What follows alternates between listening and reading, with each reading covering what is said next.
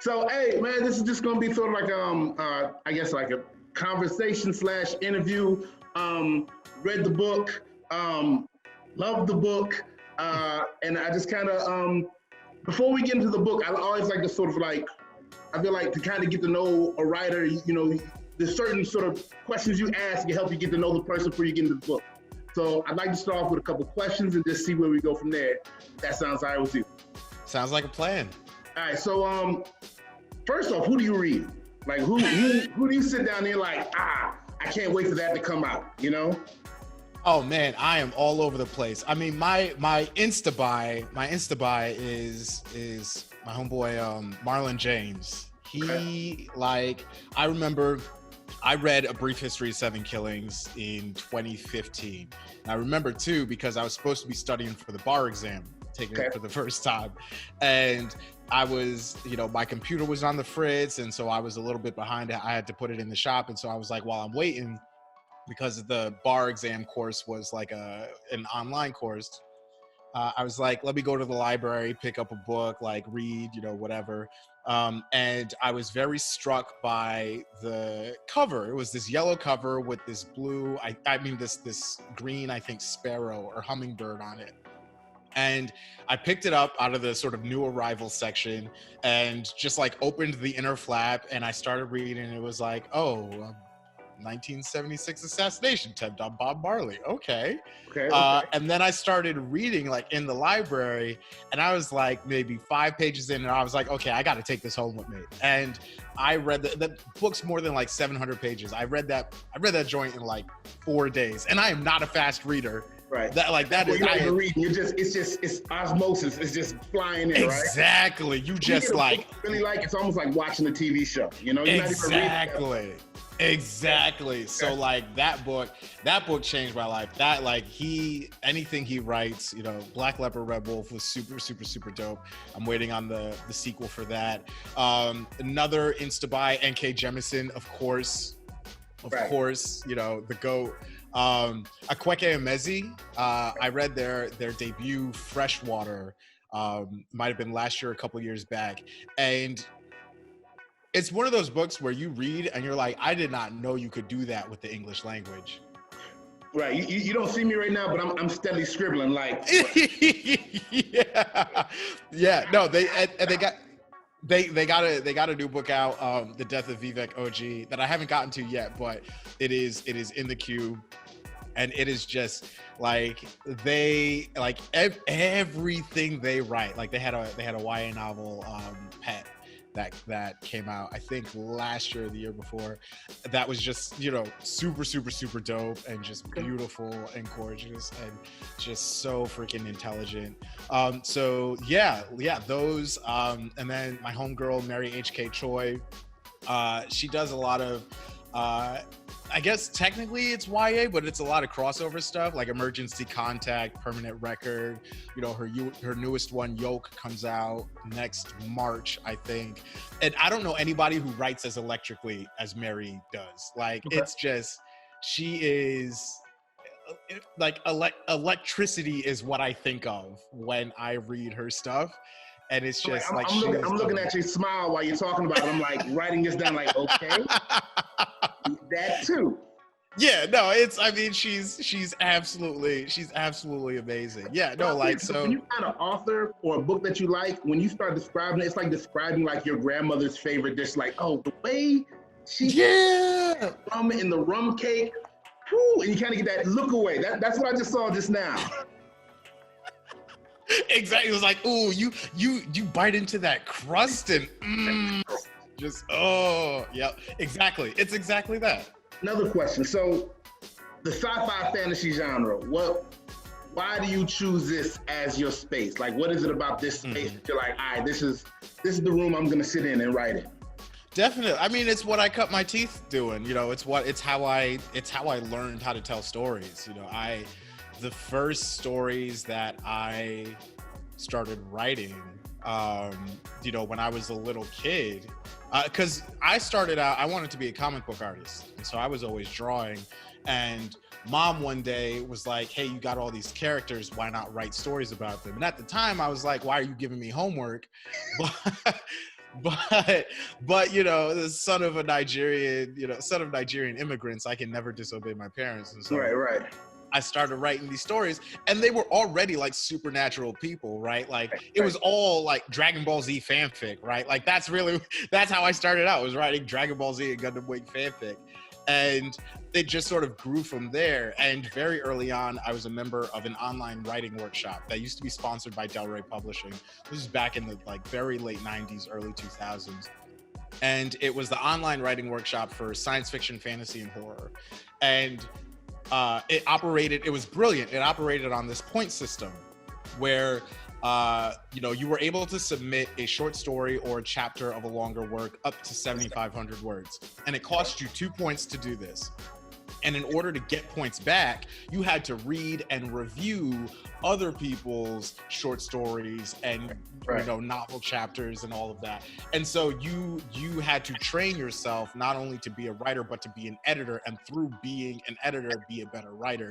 And everybody was writing fantasy and sci-fi and all of that. And so that was just how I learned. That was how I learned world building. Like that was how I learned pacing. That was how I learned character development. Was in these sandboxes. And so that's just where I feel most comfortable. Okay. First book you remember reading in the genre that hit you, and the last book you read that resonated? Oh man. So first book in the genre that really hit me. Let's see. I grew up reading a lot of David Eddings, like a lot of that high fantasy stuff. Looking back, it's like very like blurred in my head. The Belgarian, the Belgarian, the Elenium, I went into Eddings right after Anthony. I went from like Piers Anthony into Eddings, so I know that. I remember, I'm with you on that. Yeah, Sparhawk, man, the Ruby Knight. Great character, right? I still want a lightsaber axe, you know what I'm saying? Exactly. So like that's like where I remember the genesis of that being. And then I remember, and then like the apex of that phase of my reading development for me was The Wheel of Time, like Robert Jordan. Like Dragon Reborn is like in many ways, it's my philosopher's stone. Like that was the book that I was like, okay, like this. 100% with you, man. So you're speaking my language right now. Like, so I tell people like, there's parts in Wheel of Time that, I get like, when Lan's wife is like traversing through the mountains to find him an army, and she's like, "Who will ride with my husband?" I'm like, exactly. It was epic. And like that for me, like that's the dream. I know like publishing doesn't really allow for this anymore, but like if I were to ever get the chance to write like a freaking 10-book epic fantasy saga, like that would be the dream for me. That would be that, because like that was the ideal for me growing up, was these like 800-page books. You grow with the characters, right? Somebody you can like, oh man, I've been with this guy for like 15, 20 years now. Exactly. Like this was like long form TV before long form TV, right? Like this was my prestige TV, right? Like you like the way people talk about, oh man, I remember, like basically living with Don Draper or following Tony Soprano all those years and spending all that time with those characters, Carrie Matheson from Home, like all these characters that you've been, Walter White, like all those seasons, those years, I watched him grow. Like that was me and Randall Thor, right? That was me with Matt. Exactly. How I can fit the band of the Red Hand into like some sort of social media, like that's my squad. If I ever had like a rap group, that's what they would be called. No one would know, but like the Venn diagram of who knows that man would be very small. Yes. No, absolutely. So like that was in many ways, that was my point of entry. But for me too, and I think this is true of a lot of storytellers of our generation, is a lot of what I learned about storytelling too, I learned through TV. So, you know, we're the Toonami generation, like the OG Toonami generation. Like 4 p.m. to 6 p.m. Eastern Standard Time, Cartoon Network, Monday through Friday. You know, Thundercats, Gundam Wing, Dragon Ball Z, Sailor Moon, Ronin Warrior, like that. The OG. Yeah, right. You know, exactly. Right. So like, that was where I learned about, you know, and especially a show like Gundam Wing, right? Because that was the very first time that I saw, you know, a like science fictional story that dealt with actual geopolitical issues. So issues like civil war, issues like colonialism, right, child soldiers. The Gundam pilots are 15 years old. Like they're 15-year-old kids. And so, you know, all that stuff, like I'm just a sponge soaking that stuff up. You know, things like dramatic stakes, right? You look at the Cell Saga with DBZ, right? You look at the Android saga sort of, and all the character development that Vegeta goes through in that.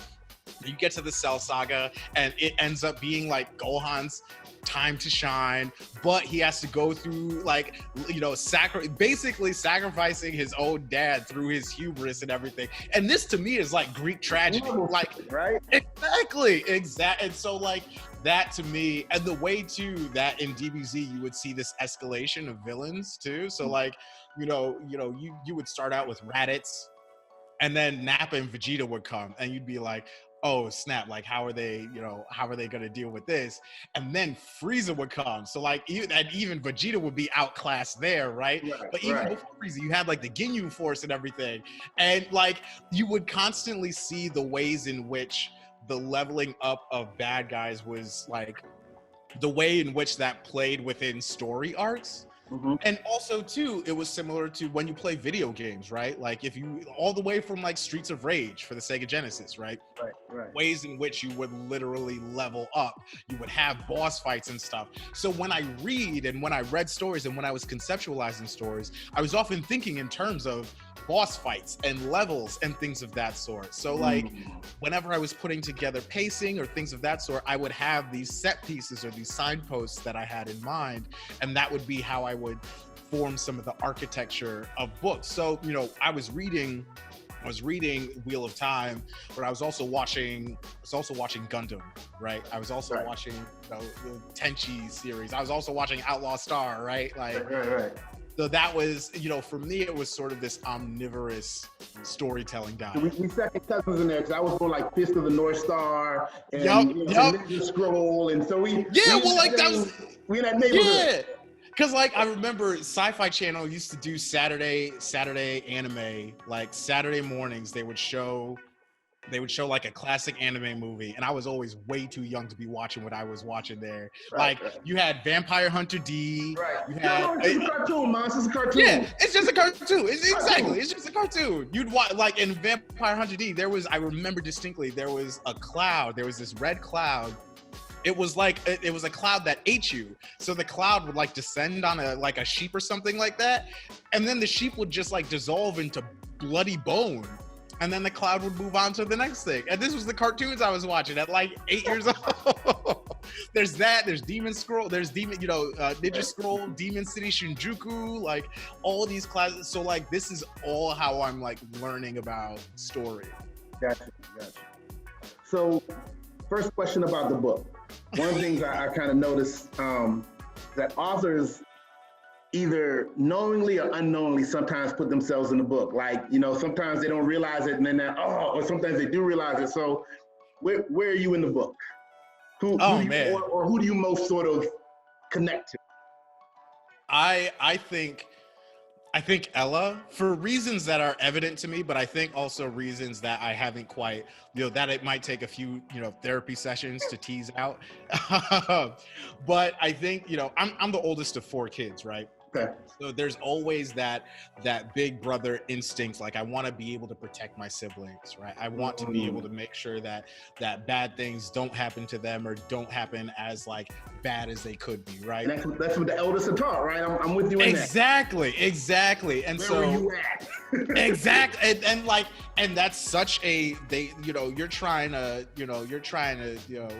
put a square peg in a round hole when you're Black, and you have to deal with all the institutional racism and all the different ways in which this country persecutes and tries to harm and destroy you, right? How do you protect how do you protect your family against that? How do you protect your younger siblings against that?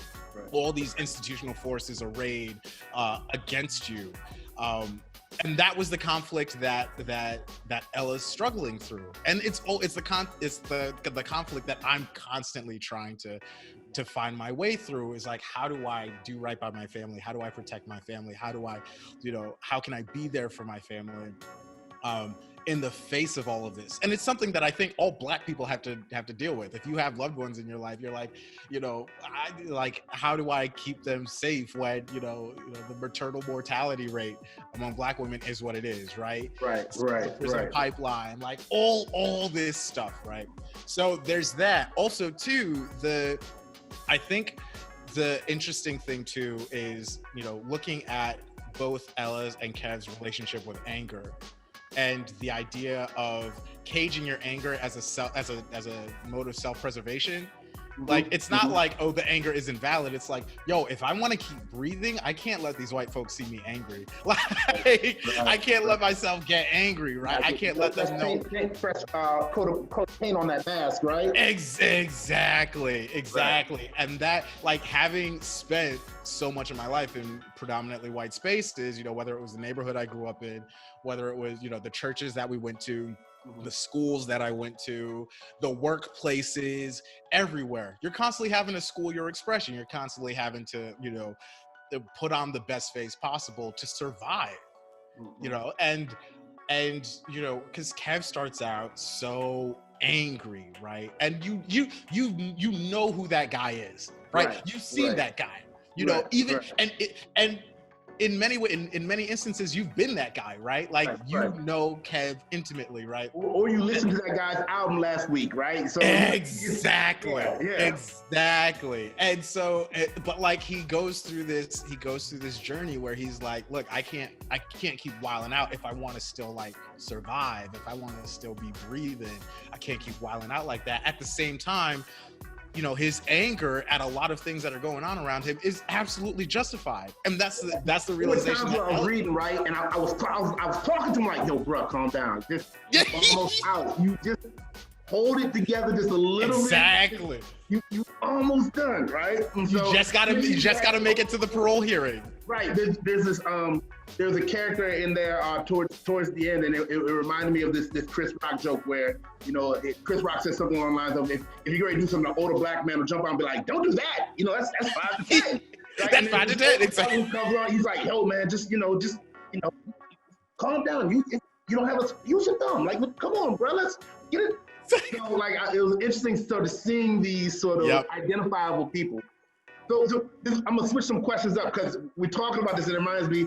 So Black folks, we're having this conversation, right? Black folks have always loved sci-fi fantasy. Like, we always haven't had the room to be in it. We always haven't been welcome in that house. But we're seeing recently, I think, more room be afforded Black folks in the genre. And I'm wondering like how the successes of like Black Panther or N.K. Jemisin or Lovecraft Country or The Watchmen, how are they, how do you feel like they're giving you more room, if they are, to sort of operate, in sci-fi fantasy right now? No, definitely. I mean, I think Black Panther in particular, its success opened a lot of doors for people. I think also too, we can monetize this. Okay. Exactly. No, but like that's at the end of the day, that's what matters to the decision makers. Is like, how can we make money off of this? Like, how can we? And for so long, they'd been operating under the mistaken belief that this stuff just wasn't profitable when like actually it was. And so, Black Panther proved beyond any doubt that like you can make a ton of money off of this. You can make it.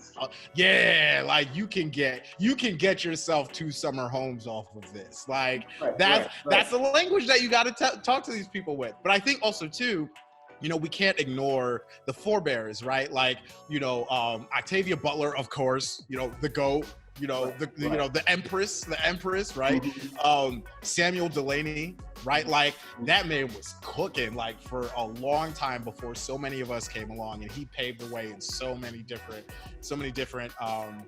aspects of the game. Nnedi Okorafor, like she just came out with like her 18th book.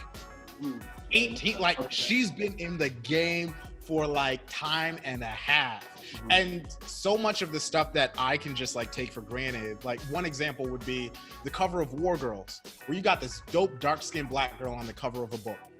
And it was just it. There was no like, you know, back and forth about it. Like I approved the image, like all of that. I didn't have to deal with any whitewashing of my cover. Right. And that's something that somebody like Nnedi in the beginning like had to deal with. That's something that other authors who came before me had to deal with. They had to fight those battles so that I could get to the place where it's a given that for War Girls and Rebel Sisters, I can have dope dark-skinned African girls on my covers, right? So that's going to lead me to my next question, and it's something that you write about, the white gaze.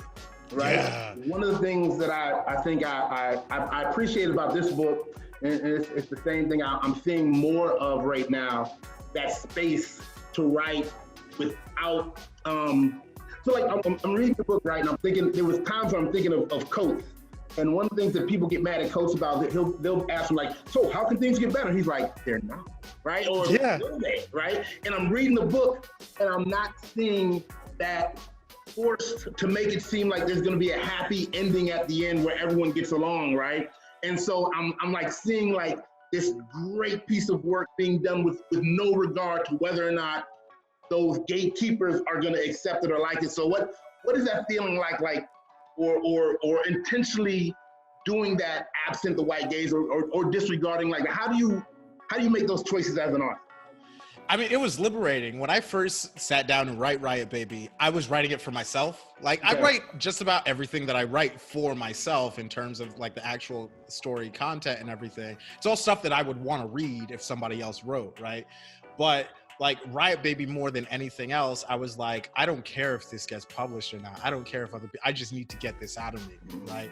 And that, because like when I was writing it, I started writing it fall of 2015. So fall of 2015 going into 2016. And at that point, like the air is just filled with all this videographic evidence of Black Americans being shot and killed by police with impunity. And like video evidence. We got Laquan McDonald, we got Tamir Rice, like, you know, we've seen Michael Brown's body just rot in the, like all this stuff, right? That's where Alice Anger's coming from, right? Because she's seeing this too in the book. Yep. She's seeing this too. Yep, exactly. And I'm just like, this is happening over and over and over, and we're all just being traumatized over and over and over again, and going through this process constantly. And I was just furious. And the thing about it too, and this was the point that I wanted to make in the book about the interminability about so much of this, is that, you know, this has been happening for so long and nothing has changed, right? Rodney King, they got that on tape. Right. They got it on tape, and everybody was like, okay, now for sure, like things have to turn out different, right? Like this isn't going to be another like Amadou. This isn't like for like this time it has to be different, and it wasn't. Right. And it wasn't. And then fast forward all the way to like now, all the way to Philando Castile, where his final moments are uploaded onto Facebook Live. And this was back when Facebook had the autoplay function. So before you could like disable it. So you couldn't, there wasn't even any warning or anything. Like as soon as it appeared on your feed, it started playing. And no one in America who has not seen the stuff there. Exactly. And so I'm just like, you know what? Like, screw it. Like I think that was the beginning of my understanding of this notion that like it's entirely possible that there's no like road to Damascus moment for white people, for white Americans, right? Like and this was where, you know, you were talking about Coates earlier, where some of that sort of Afro-pessimism came from that people would get on him about, because they'd be like, oh, is it going to get better? And he's like, I don't know. And the reason for that is like, it's up to y'all, right? Like, You white person who's asking that question. I mean, the ball's in your court. Right. Yeah, exactly. Ella's like, okay, we're gonna make it better. Yeah, exactly. Don't worry. You have that look when you talk to like your mom or something. No, it's fine. It's fine. Yeah. No, don't worry. I'm gonna take care of this. Yeah, I got this. Don't worry. But like, it's like Ella says, like the slaves were freed at gunpoint, right? The way that like slavery ended, chattel slavery ended, at least in that incarnation in the United States, after 750,000 Americans were killed. That's what ended slavery, right? Like, it's not like, oh, like white people out of the goodness of their own heart, like, or it just got too expensive as an enterprise or whatever. No, like 750,000 Americans had to die for half the country to be like, oh, I guess we're not going to do this anymore. Like, right. Like, and that's the thing is like, when you look at it in that perspective, or like from that perspective or from that angle, you're like, wow, like so much of the institutional racism or the ways in which racism has bled into and even served as the foundation for so much of the way society is constructed now. You're like, wow, it's really going to take a lot more than I thought it would take to make things better, in part because come to the realization. Because you need racism. Yeah, because you need buy-in from white people. Like, if things don't get better without white people acting different. And like, that I think is the crux. Like, we've done everything, and we as Black people, but also just I think people of color more generally, we've done everything that we can. Like, every avenue of protest or trying to enact social change, everything, we've done it all. And you asked us to do it differently, we did it differently. You said don't do that, we didn't do that, and we did the other thing. Like, everything. Okay, we'll kneel. Don't kneel. Okay, we'll stand. Don't stand. Okay. And it's like, what else do you want us to do, right? Okay. And it's like there's nothing else that can be done, right? And that just goes to show that if you don't have buy-in from white Americans, things don't get better. Like, that's the long and short of it. And that was something that I wanted to show in many instances and in many different ways with Riot Baby, and writing it the way that I did, where there's essentially this almost complete absence of white people. Like, right. There are almost like, if I remember correctly, there are like no named white characters in the book. Right. They're all just sort of faceless, like, avatars of institutions and stuff. Right. Yeah, like that, and that's they're the system, and it was written intentionally that way because, like, I didn't want there to be like a good white person, right? Like, I didn't want there to be like the one good one, because then, there's the temptation for all my white readers to identify with that person. Right. With that character, and not examine themselves and their own complicity in systems. Like, I wanted the only white characters in the book to be the ones that are very ostensibly part of these oppressive systems. And it's like, I remember, and this speaks to the sort of the capacity for cognitive dissonance in certain consumers. I remember when after Get Out came out, and I think it was Allison Williams was on, she might've been on like Colbert's show or maybe Seth Meyers or something. And she was talking about how many people, how many white viewers and theater goers just refused to identify with her character. It was very clear that they were her character, but they just didn't see it. Or they tried to justify her actions. They were like, oh, she's been brainwashed, or oh, she was taken hot. They just couldn't countenance the idea that she was just like evil. Like she was just a bad guy, right? One of the things I think that happens is stereotypes work off this way. So we stereotype racism as like that good old boy with a red pickup truck.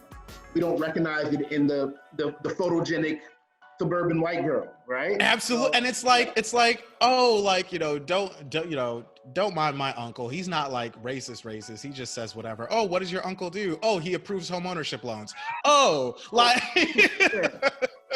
So another question. So when I read a book, the books that I really like, I inevitably end up making like my ugly hip hop face.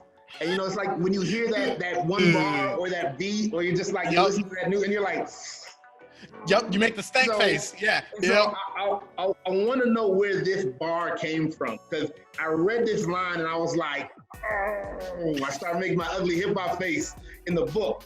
And there's a part in the book where Ella says, "I am the locust." Ella sends the thought out like a concussive wave, so it hits every surveillance orb in the neighborhood, every wired cop, every crab tank in the nearby precinct. I am the locust in the frogs in the river of blood. I am here now. And I was like, so what? Give me that, how you came there. Because I was reading her and I see Ella just building, and she's like, there's this line I used to tell people used to be like, oh, aren't you afraid of karma? I'm like, yo, not right now, I'm karma. Like, karma sent me, right? And I feel like that was Ella right there. She was like, yo, I am about to get, it's that Marcellus Wallace line, I'm about to get biblical, right? Yep. Give me that. Where did that come from? How'd you dig that up? That line, I was just like, ah. Yeah, man, I had to do the Pusha T after that. I had to, Right. That, like, I think part of it was, you know, I think some of it comes from, you know, the idea of the biblical tradition or the Christian tradition in the Black community, right? And the idea of, and all of the different ways in which the Old Testament is utilized and seen as a sort of foundational text. You know, you see the identification with the Israelites, like that. It's a very, very, very strong identification. And like, I was always thinking about, the ways in which the afterlife is identified as, like, you know, the goal towards which you're getting, and how all of the suffering that you're enduring on earth at the hands of all these white folk, like, it's all going to get balanced out in the end. Like, the good Lord will handle them all. Right. And I was like, okay, so what if this conception of God is as, he's the architect of this revenge fantasy? What if, like, God is the one that's going to balance the ledger? What does balancing the ledger look like? And then Ella is that, right? Like, Ella is, because, like, you know, and she gets it in her head too. She's like, yo, mama prayed for us. Like, mama prayed that we would happen. Mama prayed that I would happen. Right. I am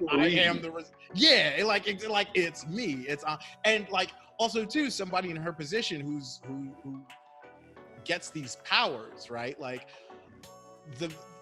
where do you get your mission from, right? Like, where do you start to conceptualize your sense of purpose? You get these clues around you, or you sort of pull together these clues from all these things that are going on around you. You know, you're not just seeing the oppression and the fact that people who look like you and talk like you, you know, people who look like you and sound like you are being terrorized and persecuted.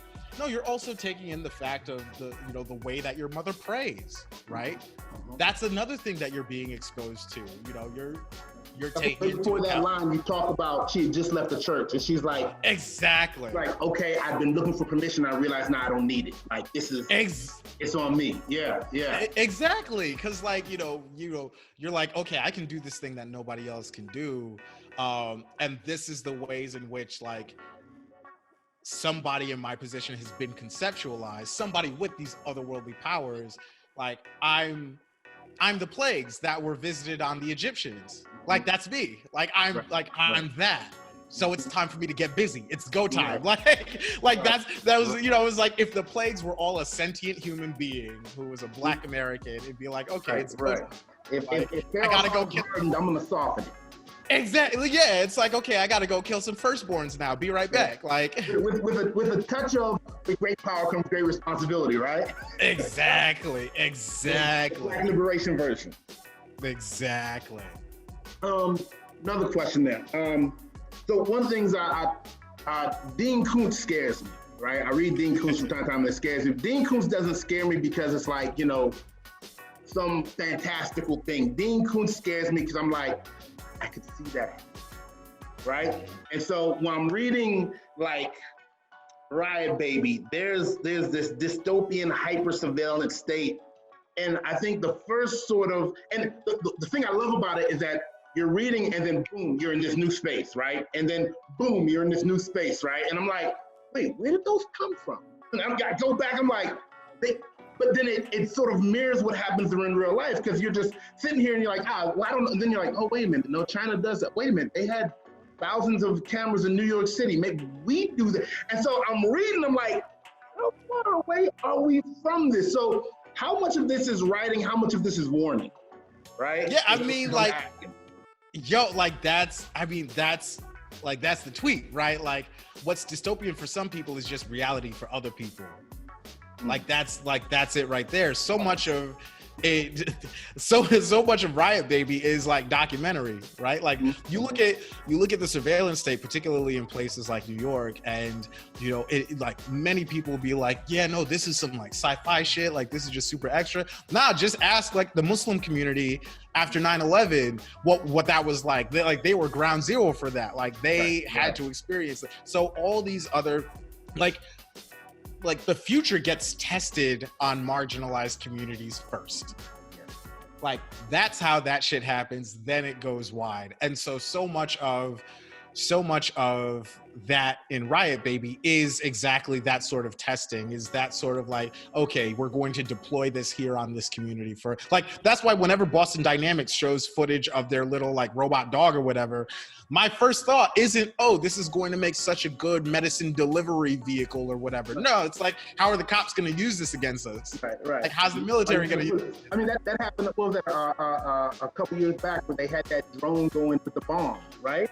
Exactly. Like, what are they going to do with this one? Okay. Yeah, how are they going to use this against us? And so that was just my philosophy with it all. And you know, it's one of those things where, you know, when you look into it, you see that it's already happening. Algorithmic policing. You know, you look at the ways in which Palantir has you know, teamed up with various local and municipal police departments throughout the country to institute algorithmic policing. You look at the Ancestry, right? Yeah, Ancestry. Yo, fam, like let's talk about that, right? Like you look at the ways in which algorithms, or at least the philosophy of algorithms, are injected into the bail process. Basically, you have algorithms determining whether or not somebody should be eligible for bail, whether or not somebody should be kept in jail or released. Like you have a quote unquote computer doing that. Like that's happening right now. Right. That's been happening for years.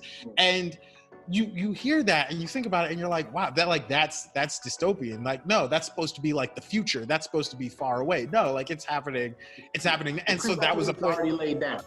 Exactly. And so like that was the point that I wanted to make with Riot Baby, is like, this is, you know, it was like that quote that's, I think, often attributed to William Gibson, which is that oh man, I'm paraphrasing, but it's like the future, it's something about the future always being distributed unevenly. And that's what it is. It hits people, it hits different communities, it hits different demographics different. I was reading through the book, and when I got towards the end, I was like, oh no, bro is warning us. This is where we're heading. Yeah. And I thought, you know, the twist for me was when the brother was making the stuff that went in his community. Like, oh, that stuff you're doing, you think that's just going to doctors? You think that's going? No, man, that's going. I'm like, you know. Yeah. Another question. So anger, of course, is like it's there, right? But I think, you know, one of the other things that drives this book is loss. So how'd you balance those two? What made you kind of go with that? Because it seemed like, especially once Ella started diving into mom, right? She's finding like, oh man, I didn't even know this, right? And so it seems like, you know, loss of freedom, loss of family, loss of control of your environment. There seems to be a lot of loss echoing in there. So was that intentional, or was that something that just came about as the natural writing process? Yeah, I mean, it's funny because it was intentional to a certain extent, but then the depth to which it ended up happening in the final product is actually, you know, attributable in large part to my editor, Roshi, because, you know, the initial draft of Riot Baby didn't go as far as like this current iteration went. And she pushed me to go to those places and be like, don't be afraid to like make that point. Don't be afraid to go to that place, et cetera, et cetera. And so that was one of the things that helped me figure out how to make, you know, Mama a fulcrum in the story, and basically like the pivot on which so much of the story turns, because like that's the thing for Ella. Like that's the point at which she like breaks, in a sense. That's the point where she's like, the shackles come off. She's like, okay, so we're playing a different game now. Because like up until that point, her, like, so much of her posture is like, okay, like, do whatever to me and Kev world, but like Mom's untouchable. Like, don't go after Mom. Like, she's perfect. Like, leave her out of this. You already did. And then she sees the ways in which institutional racism has even touched her mother, and touched her in one of the most catastrophic ways.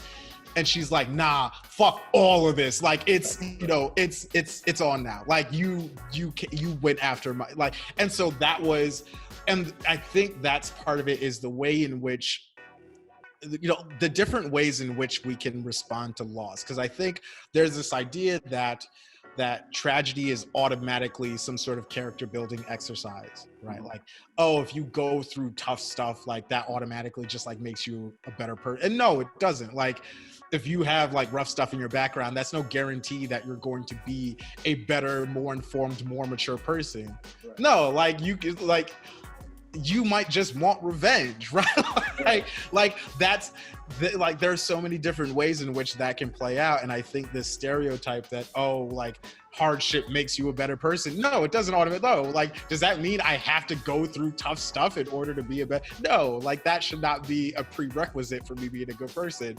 And so my rebuttal to that was like, okay, I'm going to show you characters similar to what I've seen in real life, where tough stuff happens to you and you're not made into a quote unquote better person for it.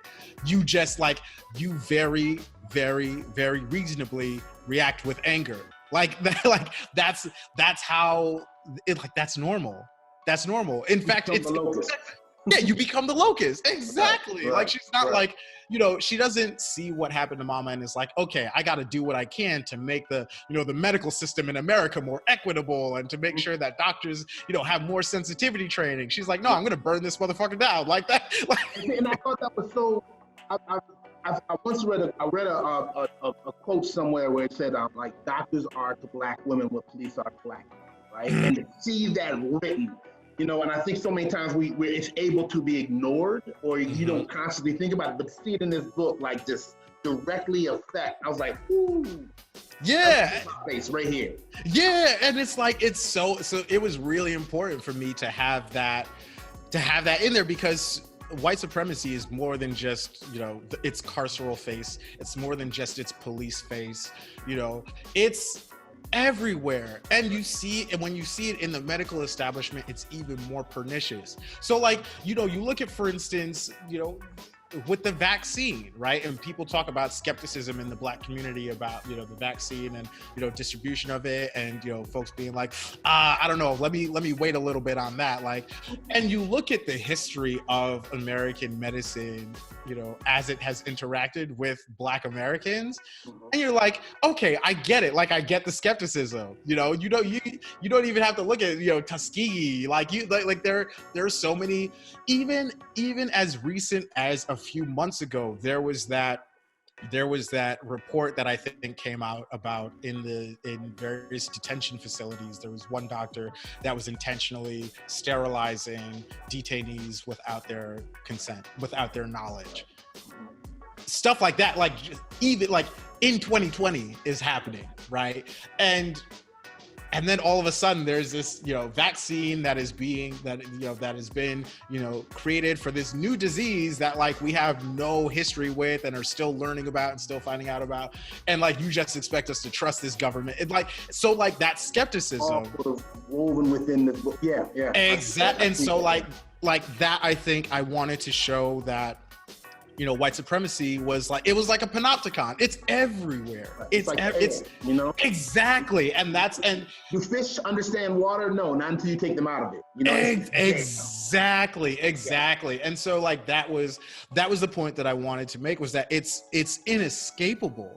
There's no place in America where it doesn't exist. Like I'm reading The Power Broker now, that book on Robert Moses, who was like the guy who basically, at least architecturally, made New York City and New York State what it is now. Like he's responsible for all the Long Island parkways, all the, the tri-borough like bridges and like the roads, everything in New York City. Like he built that, but he built it all very specific ways, right?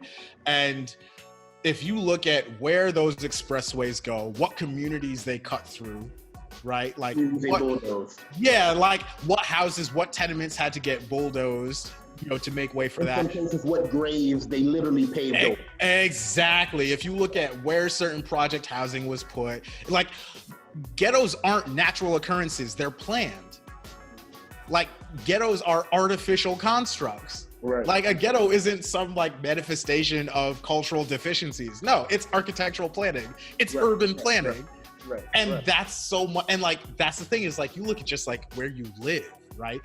The air you breathe, what supermarkets are or aren't within walking distance of your house, like all of that stuff. White supremacy is in all of it. And that was a point that I wanted to make with Riot Baby, in showing that, okay, it's in the hospitals too. Right, definitely. Yeah. So, next question. What's next? I'm gonna try to get us towards the end here. Like, what's next? What's on your? What are you working on next that you can tell us about? So, my best thing yet, this book that I got coming out with Tor.com in winter 2020, Goliath. It's my first full-length novel with them, my first adult full-length novel with them. This stuff is flames. Like and part of why I feel comfortable gassing myself up about this book is that I'm working with Roshi Chen on it, and she is a galaxy brain editor. Like she is just amazing. She's the one who took the chance on Riot Baby. Like she, and she is maybe the smartest editor working in publishing today, right? This book is fire. It's absolute fire. It's give me like just a 2-second preview. What's the world like? What are we looking at? Definitely. So it's set largely in a post-apocalyptic New Haven, and it's about a bunch of brick stackers, bunch of black and brown brick stackers that have to deal with gentrifiers from space. You had me at hello.